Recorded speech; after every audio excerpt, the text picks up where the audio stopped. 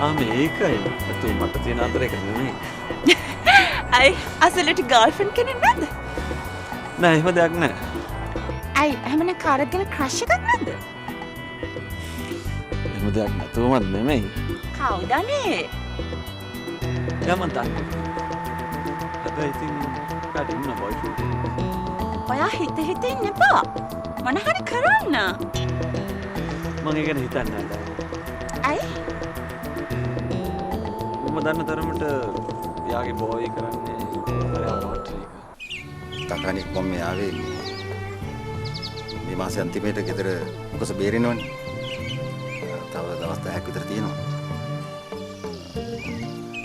මට අද හරි හෙට හරි සල්ලි ගන්න පුළුවන්ද? මේ දවස්වල මගේ අතේ සල්ලි නැහැ. හාමිනේ. අපට ඇහැකි වෙයිද එහෙම කරලා දාන්න? ජයදාස දන්නවනේ අපි ව්‍යාපාරිකයෝ නෙවෙයිනේ.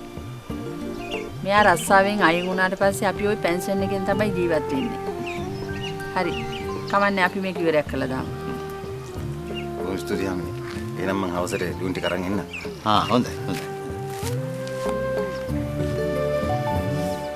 මේ මට ඒ වගේ වැඩක් නැහැ.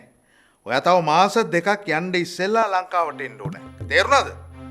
ඒ තාත්තේ මේ එහෙම නැත්තම් මට සිද්ධ වෙනවා එංගලන්තෙට එන්න.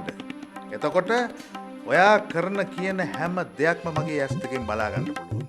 තේරුණාද? නෑ තාත්තේ තාත්තා එන්න ඕනේ මං එන්නම් ලංකාවට මං එන්නම් තාත්තේ